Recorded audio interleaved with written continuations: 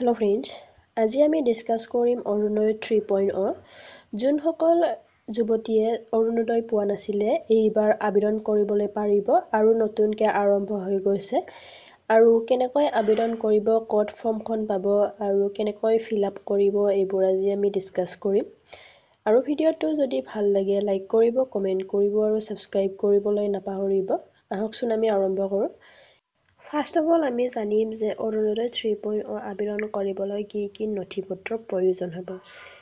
এই নথিপত্ৰটো হৈছে আপোনালোকৰ বেংক একাউণ্ট থাকিব লাগিব, আধাৰ কাৰ্ড থাকিব লাগিব আৰু ৰেচন কাৰ্ড থাকিবলৈ লাগিব যদি আপোনালোকে অৰুণোদয় 3.0 আবেদন কৰিবলৈ খুজিছে। এইখিনি লাগিব। তাৰ পিছত আপোনালোকে এইটো চাব পাৰে ফৰ্মখন হৈছে ফৰ্মখন আবেদন কৰিবলৈ হ'লে ইয়াতে আপোনালোকে নিজৰ নামটো দিব লাগিব, ডিস্ট্ৰিক্টটো দিব লাগিব, আৰবান নে ৰুৰাল আপোনালোকে ক'ত থাকে এইটো দিব লাগিব।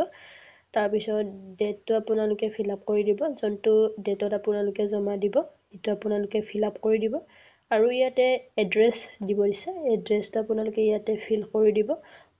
আপোনালোকৰ ইয়াতে জেণ্ডাৰ দি দিব। তাৰ পিছত ইয়াতে আপোনালোকৰ কন্টেক্ট নাম্বাৰটো দি দিব।